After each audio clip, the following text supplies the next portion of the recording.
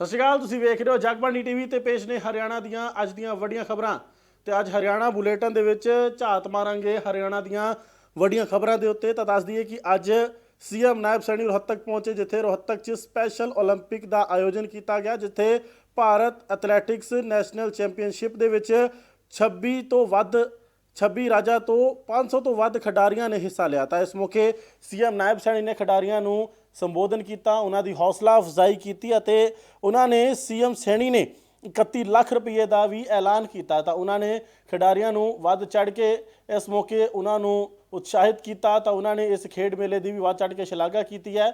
ਉਹਨਾਂ ਕਿਹਾ ਕਿ ਹਰਿਆਣਾ ਲਗਾਤਾਰ ਇਸ ਵੱਲ ਵੀ ਵੱਧ ਰਿਹਾ ਹੈ ਕਿ ਓਲੰਪਿਕ ਜਦੋਂ ਆਯੋਜਨ ਹੋਵੇ, ਜਦੋਂ ਉਸ ਓਲੰਪਿਕ ਦੇ ਵਿੱਚ ਵੀ ਦੇਸ਼ ਦੇ ਵੱਧ ਤੋਂ ਵੱਧ ਖਿਡਾਰੀ ਮੈਡਲ ਲੈ ਕੇ ਆਉਣ। ਕੀ ਕੁਝ ਕਿਹਾ ਉਹਨਾਂ ਨੇ खिडारियों को संबोधन करते हुए, एक बार आओ तुहानू सुना दिने।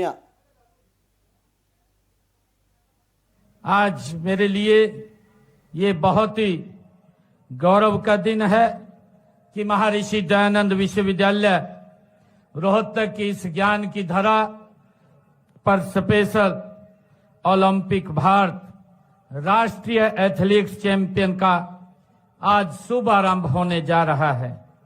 इस अवसर पर आप सभी को मैं बहुत बहुत बधाई देता हूं। साथियों, यह केवल एक खेल प्रतियोगिता नहीं है। आज इसका जो शुभारंभ हो रहा है, और इसका ये शुभारंभ भी नहीं है बल्कि यह सम्मान अवसर व समावेशी भारत क्या भावना का ये संजीव उत्सव है। साथियों, मुझे खुशी है कि इस चैंपियनशिप में 26 राज्यों के लगभग 500 से अधिक खिलाड़ी, उनके कोचेज और सहयोगी भाग ले रहे हैं। साथियों, यह अपने आप में भारत की विविधता, एकता और खेल भावना का ये अनूप उदाहरण है।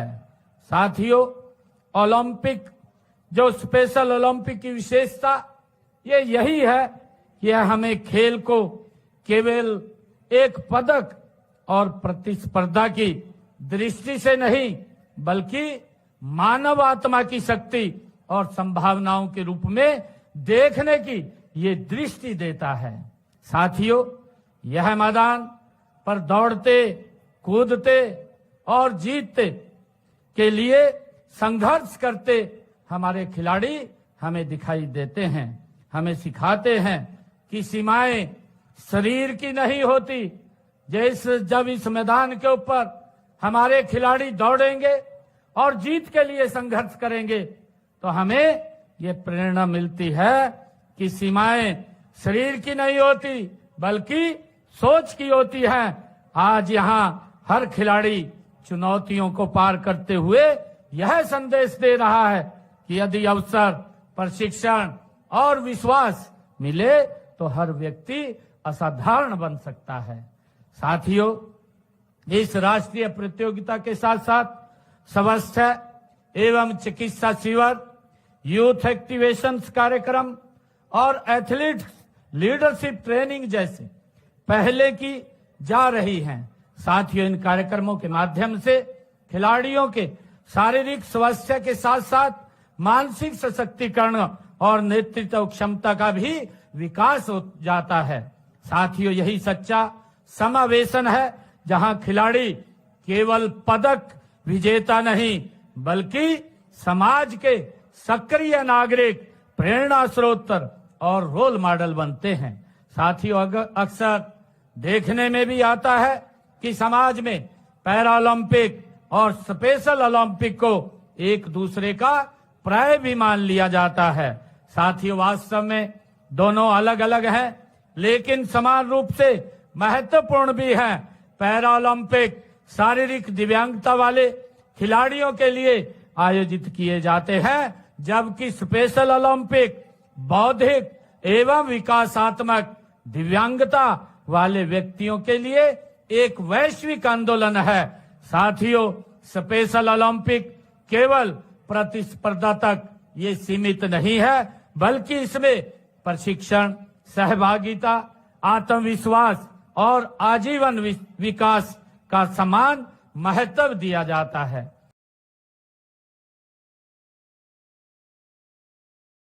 ਵਿੱਚ ਖੇਡ ਮੇਲੇ ਦਾ ਆਯੋਜਨ ਕੀਤਾ ਗਿਆ ਹਰਿਆਣਾ 'ਚ। ਇਸ ਮੌਕੇ ਦਿਵਿਆਂਗ ਖਿਡਾਰੀਆਂ ਦੇ ਲਈ ਖੇਡ ਮੇਲੇ ਦਾ ਆਯੋਜਨ ਕੀਤਾ ਗਿਆ ਤਾਂ ਉਚੇਚੇ ਤੌਰ ਤੇ ਇੱਥੇ ਖੇਡ ਮੰਤਰੀ ਗੌਰਵ ਗੌਤਮ ਵੀ ਪਹੁੰਚੇ ਨੇ। ਉਹਨਾਂ ਨੇ ਇਸ ਸਪੈਸ਼ਲ ਓਲੰਪਿਕ ਦੀ ਵੱਧ ਚੜ੍ਹ ਕੇ ਸ਼ਲਾਘਾ ਵੀ ਕੀਤੀ ਹੈ। ਉਹਨਾਂ ਕਿਹਾ ਕਿ ਖੇਡ ਪੱਧਰ ਦੇ ਵਿੱਚ ਵੱਡੇ ਪੱਧਰ ਦੇ ਲਈ ਹਰਿਆਣਾ ਤਿਆਰੀ ਕਰ ਰਿਹਾ ਹੈ ਤਾਂ ਕਿ ਜਦੋਂ ਓਲੰਪਿਕ ਦੀ ਤਿਆਰੀ ਹੁੰਦੀ ਹੈ ਜਾਂ ਫਿਰ ਸਾਡੇ ਖਿਡਾਰੀ ਜਿਹੜੇ ਹਨ ਉਹ ਵੱਡੇ ਪੱਧਰ ਤੇ ਜਦੋਂ ਓਲੰਪਿਕ ਦੀ ਤਿਆਰੀ ਹੋਵੇ ਤਾਂ ਜ਼ਿਆਦਾ ਤੋਂ ਜ਼ਿਆਦਾ ਮੈਡਲ ਲੈ ਕੇ ਆਉਣ। ਅਸੀਂ ਉਸ ਪੱਧਰ ਦੀ ਵੀ ਤਿਆਰੀ ਕਰ ਰਹੇ ਹਾਂ। ਉਹਨਾਂ ਕਿਹਾ ਕਿ ਕੇਂਦਰ ਦੇ ਵੱਲੋਂ ਵੀ ਹਰਿਆਣਾ ਲਈ ਅਤੇ ਪੂਰੇ ਦੇਸ਼ ਭਰ ਦੇ ਲਈ ਵੀ ਜੋ ਖੇਡ ਨੀਤੀਆਂ ਲਿਆਂਦੀਆਂ ਜਾ ਰਹੀਆਂ ਨੇ ਉਸ ਦੀ ਵੀ ਵੱਧ ਚੜ੍ਹ ਕੇ ਅਸੀਂ ਲਾਭ ਲੈ ਰਹੇ ਹਾਂ। ਖਿਡਾਰੀਆਂ ਨੂੰ ਤਿਆਰ ਕਰ ਰਹੇ ਹਾਂ ਤਾਂ ਕਿ ਖਿਡਾਰੀਆਂ ਨੂੰ ਕਿਸੇ ਤਰੀਕੇ ਦੀ ਕੋਈ ਪਰੇਸ਼ਾਨੀ ਨਾ ਆਵੇ। ਇਸ ਮੌਕੇ ਖਿਡਾਰੀਆਂ ਨੂੰ ਸੰਬੋਧਨ ਕਰਦੇ ਹੋਏ ਕੀ ਕੁਝ ਖੇਡ ਮੰਤਰੀ ਨੇ ਕਿਹਾ, ਇੱਕ ਵਾਰ ਆਓ ਤੁਹਾਨੂੰ ਸੁਣਾ ਦਿੰਦੇ ਹਾਂ। केवल एक खेल प्रतियोगिता नहीं बल्कि यह समावेशी भारत, संवेदनशील प्रशासन और मानवीय मूल्यों का भी एक उत्सव है। स्पेशल ओलंपिक भारत कई वर्षों से बौद्धिक दिव्यांग खिलाड़ियों को खेलों के माध्यम से आत्मविश्वास, आत्मनिर्भरता और सामाजिक सम्मान दिलाने का कार्य कर रहा है। यह खिलाड़ी हमें सिखाते हैं कि सफलता का माप केवल पदक नहीं है बल्कि साहस, निरंतर प्रयास और सकारात्मक सोच है। इस सफल प्रयास के लिए मैं स्पेशल ओलंपिक के भारत की प्रेसिडेंट डॉक्टर मल्लिका नड्डा जी और उनकी पूरी टीम को बधाई देता हूं कि वो ऐसे ऐतिहासिक कार्यक्रम समय समय पर हरियाणा में या देश में करती रहती हैं। हमें इस बात का गर्व भी है कि नायब सिंह सैनी सरकार व स्पेशल ओलंपिक भारत के इस नेक उद्देश्य के साथ मिलकर कार्य कर रही है। स्पेशल ओलंपिक भारत के स्पेशल भावना के साथ गुरुग्राम के दौलताबाद स्टेडियम को स्पेशल ओलंपिक भारत के खिलाड़ियों के दीर्घकालीन व प्रशिक्षण एवं विकास केंद्र के रूप में विकसित किया जा रहा है। इसके लिए हरियाणा के खेल विभाग ने स्पेशल ओलंपिक भारत के लंबे समय के लिए काम करने के लिए हम एक एमओयू भी साइन करने के लिए जा रहे हैं, जिसके तहत यह स्टेडियम उत्तर भारत में विशेष खिलाड़ियों के लिए एक मॉडल सेंटर बनेगा और समावेशी खेल ढांचे को एक मिसाल भी जरूर देगा। साथियों, यह केवल यही नहीं, हम विकसित भारत के उद्देश्यों को आगे ले जाते हुए विकसित भारत के 2047 को हासिल करने के लिए हम अहम भूमिका भी निभा रहे हैं। हमारी सरकार द्वारा मिशन ओलंपिक 2036 विजय भव योजना जब भारत ओलंपिक की 2036 में मेजबानी कर रहा होगा और हरियाणा के 36 मेडल उसमें कैसे होंगे, उसकी तैयारी को लेकर, उसकी लॉन्ग टर्म प्लानिंग को लेकर, उसके स्पोर्ट्स साइंस सेंटर हो या फॉरेन कोचेज हो, इसके लिए विशेष ध्यान दिया जा रहा है। इतना ही नहीं, हमने खेल के सुशासन के लिए भारत सरकार की इस ऐतिहासिक खेल प्रशासन एक्ट को भी हमने 2025 में पूरी तरह लागू करने का लिए काम शुरू कर दिया है। दोस्तों, कल ही देश की यशस्वी वित्त मंत्री जी ने देश के यशस्वी प्रधानमंत्री जी के नेतृत्व में आम बजट में खेलों के लिए एक ऐतिहासिक वृद्धि 33% से ज्यादा बजट को बढ़ाकर हमें एक तोहफा देने का काम इस देश की वित्त मंत्री जी ने किया है। करीब 4500 करोड़ रुपए के इस मोदी सरकार के खेलो इंडिया योजना के तहत 900 करोड़ रुपया इस स्कीम में देने का काम मोदी सरकार ने किया है।